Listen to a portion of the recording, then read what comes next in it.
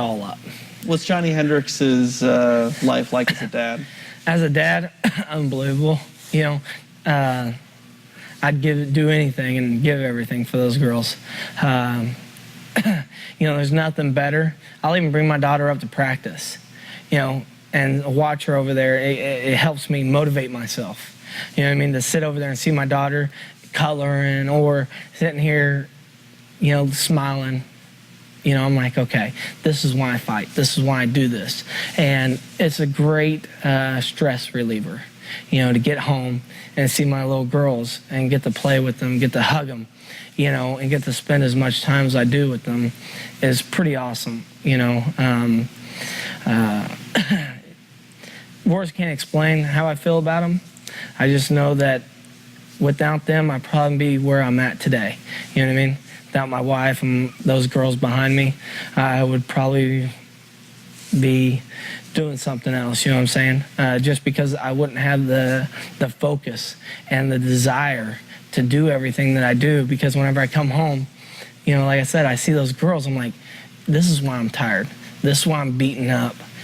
This is what I have to do to make sure that they get what they want. You were humble when we talked about your accolades as a wrestler. You said that you couldn't really appreciate it until you were retired. Am I to believe that you really haven't appreciated any of your MMA accomplishments to this day? No, not yet. None of it matters. You know, tell me who was the second place, who was ranked number 2, 2004 at 205. You don't know, right? It doesn't matter. It doesn't matter unless you hold that belt, right? People don't care who was second. People don't care who was third. They don't care about anything except for who holds that belt. You know what I'm saying? And that's one thing I realized is when you're long and gone, you're just a memory on the books. You know what I'm saying? But something about this sport, you look at these Chuck Liddells, Tito Ortiz, Randy Couture's, you know, these guys will still live on, you know, in the MMA world because of there's not too many of them. You know what I'm saying? And you know, you can even Matt Hughes. You know what I'm saying? You can Gracie. Look at these guys. You know, they're forever known for being a UFC champion.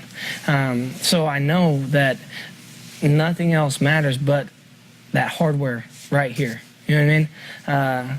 And so, like I said, even whenever I get that, it's still not, you know, you're still not a champion in my mind until you defend it. Can you compare being an NCAA champion at all to trying to become a UFC champion? I mean, does one title mean more than the other? Probably wrestling, because I had that dream since I was 5 years old. You know, as soon as I started wrestling, I was like, I want to wrestle. I want to wrestle in college, and I want to be an NCAA champion. You know, that was my dream for, what, 15 years? You know what I mean? And then all of a sudden, boom, it happens. You know, I think that's one reason why it took so long to hit me. You know, where here, I've only done this sport for 5.5 years almost.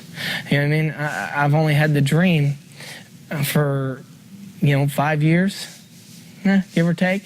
And I know I'm going to be very appreciative whenever I get there, good Lord willing. But I think the NCAA will overrule anything, because my heart is always in wrestling. You know what I mean? My heart will never leave that sport. You know, even though I fight anything, because my heart is always in wrestling.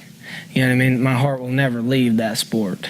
You know, even though I fight for a living now, I enjoy it more than most things, but I don't think my life will always revolve around wrestling. When it's all said and done, title or no title, what do you want to make sure that you accomplished in this sport? That whenever I retire and my girls get old enough to know what I do or what I did, that people come up to him and say, man, he was a good guy. He was a guy that you could talk on the side of the street. Or if you needed help, he would try to go out of his way to help you however he could. You know what I'm saying? And that's what I really want, is that I don't want to be two different people. I want to raise my kids like I was raised, so I can't be a different person whenever I fight. You know what I'm saying? I can't sit here and talk trash and do all this stuff and say, hey, you need to respect people, but I'm out here dishing all these, you know what I mean, saying all this bad stuff about people.